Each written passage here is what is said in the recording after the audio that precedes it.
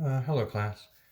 So today I'm going to go through one more ACE example, kind of like the ones we did yesterday. However, this one's going to be a little bit more in depth. Okay, so a little bit more tricks to this one, a little more thinking you're going to have to do.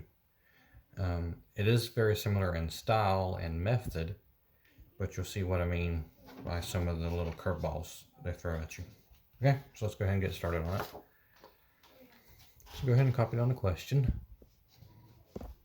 You have one like this for your assignment that will be given to you today. It may not be quite as hard, but it's going to be similar. So the volume of a solid cylinder of radius r centimeters is 250 pi.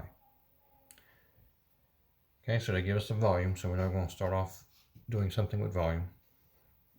Part I, show that the total surface area, S, of the cylinder is given by this equation. So it is kind of similar to those other ones that you did yesterday with using perimeter to find area. So you found perimeter first and you use that equation to get this equation. So kind of similar here. We're going to use the volume equation to get this equation for surface area. And then find the stationary value of S. So that means we have to find R to plug in to get S. And then determine the nature. Okay, let's go ahead and get started on this first part here.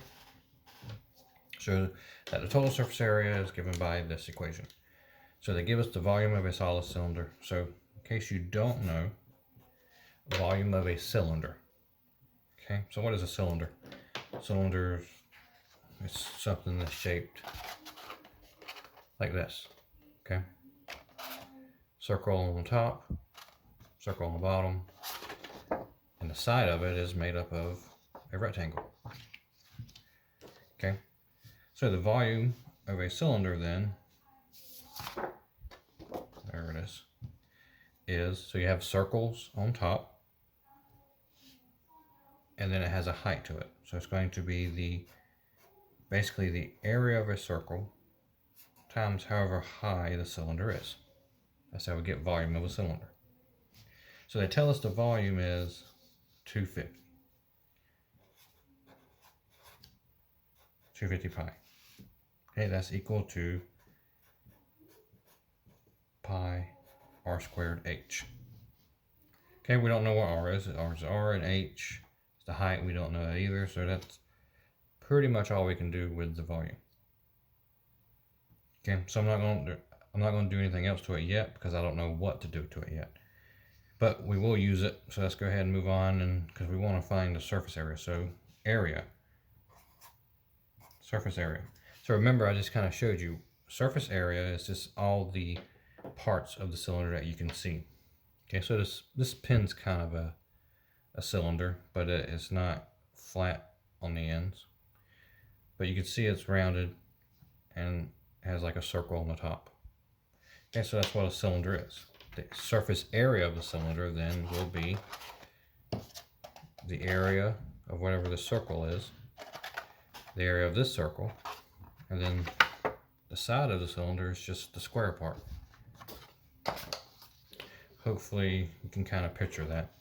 So the surface area will be the area of the circle that makes up the top, plus area of a circle that makes up the bottom of the cylinder, plus the body part of the cylinder, which was basically a rectangle or square. Okay, so the surface area of a cylinder is just two areas of the circles that make up the top and bottom, and the area of the square that makes up the body. So area of a circle is 2 pi, or no, pi r squared. Okay, plus another one, I was thinking ahead too much, plus area of a square, length times width. Okay, so we have the top circle, the rectangle that makes up the body, and the bottom circle. Okay, so this is pi r squared. This is pi r squared. That's the area. We're given r is just r. Now what about length and width here? So the length, or if you stand it up, it's the same thing as the height, which we don't know. That was just h. Now what about the width? Remember how I made the cylinder out of this? I folded this piece of paper to make that. Okay, so you see that the width of the paper makes up the perimeter of the circle. Everybody see that? So the width of this paper made up the perimeter of the circle. So then, if the perimeter of a circle, that's just 2 pi r. So that's the width of the square. So that's what I was talking about when I said this one was a little bit more difficult, because when you're dealing with three-dimensional shapes, you have to break them down into the two-dimensional shapes that make the three-dimensional shape. So in this case, a cylinder is 2 circles and a square, or a rectangle. Okay, so surface area then is, so we got 2 of these, so that's 2 pi r squared, plus length times width, 2 pi r times h. Okay, do we have our answer yet? Well, we got the 2 pi r squared, but this is not this. Okay, I have an h here. They have no h. So that's where it's going to be like those other problems, where we found the perimeter, you solved y in terms of x, and you substituted out y. Same thing here. Okay, I'm going to take the volume equation, solve for h, so that I can replace this h with the expression I get for h from the volume. That's the reason they gave us the volume, so that we could get an expression for h to get rid of h to get this. Hopefully that makes sense. Okay, so let's do that. Let's solve this for h then. So h is, where's 250 pi divided by pi r squared? So the pi's will cancel. I just get 250 r squared. So I plug that in for this h. So surface area, I get 2 pi r squared plus 2 pi r times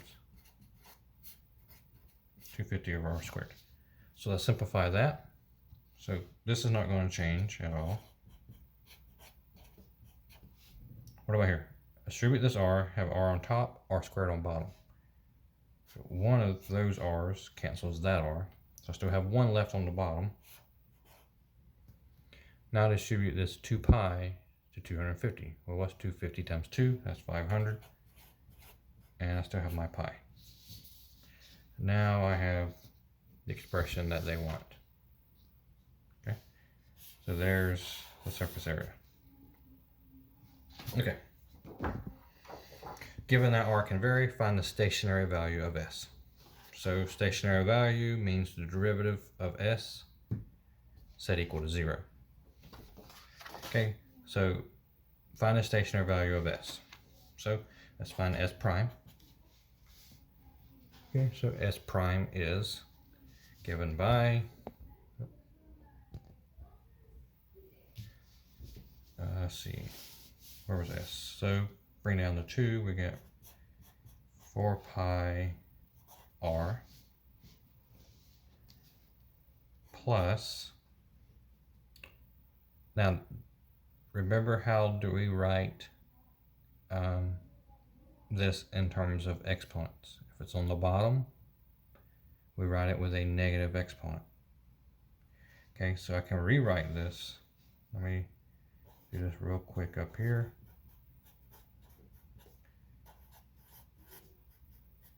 As a -1. Okay, so instead of writing r on the bottom, I can write it like that with an exponent. Remember, to do derivatives, you have to have exponent. Okay, so derivative of this is 4 pi r plus, so bring down the -1 times 500 pi and subtract 1. So -1 minus 1 is r -2.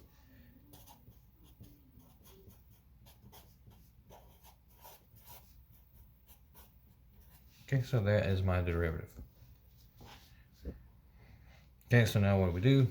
We simplify it, set it equal to 0. Right, so what do these both have in common? Both have a 4, both have a pi. What about the exponents? So we have a +1 and a -2.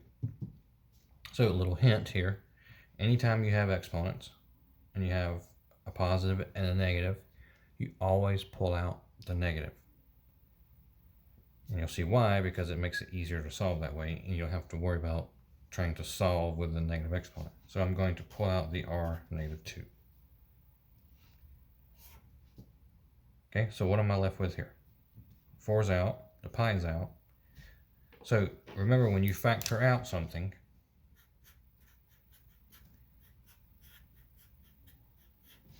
you're basically subtracting the exponents. I pull out x squared plus x, I pull out the x. So I pulled out 1x, so this 2 drops to a 1. And this was x to the 1, and I pulled out 1x, so now this just drops to a 1. So that's what happens when you factor out, is you subtract the exponents.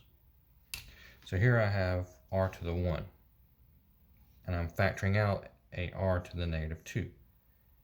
So I have r to the 1 minus, so I'm factoring out, so I subtract what I factored out, a negative 2.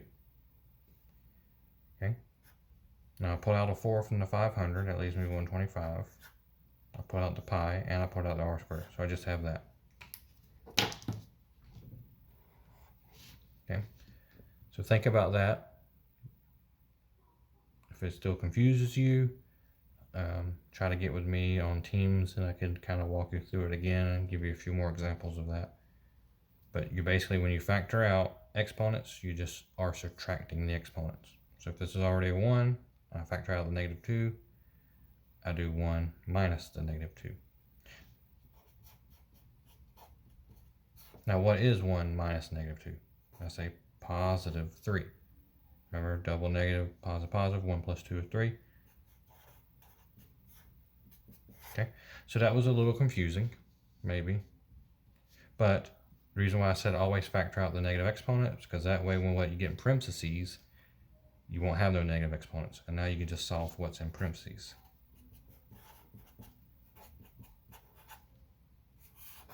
So the r value is 5. Now we want to find the value of s. So we have r to get s.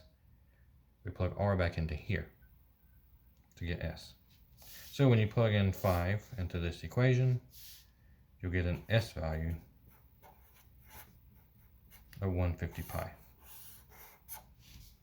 Okay, so that was part I. That's the s value at the stationary point. I determine its nature. Okay, so take values less than 5, greater than 5, plug them into the derivative. Okay, or this one, whichever one. They're all the derivative. Okay, okay, so r less than 5. So I can't use r as 0 here, even though it will make it easy because I have an r on the bottom. This is r squared on the bottom. Remember, you can't divide by 0. So just use something like 1. Makes it a little bit easier. Okay, so basically I have 4 pi minus 500 pi. Well, that's definitely a negative. So slope is negative. And then something bigger like r is 10. So if that's negative, you can probably guess this is already going to be a positive. So it looks like this. So it will be a minimum. Okay. Hopefully that made sense. If you still have questions about it, message me on Teams. I will get back to you as soon as possible. Please try to be as descriptive as possible of like where you got stuck, so that I can probably pinpoint where your issues were. Maybe it was with the negative exponents. Maybe it was with the shapes.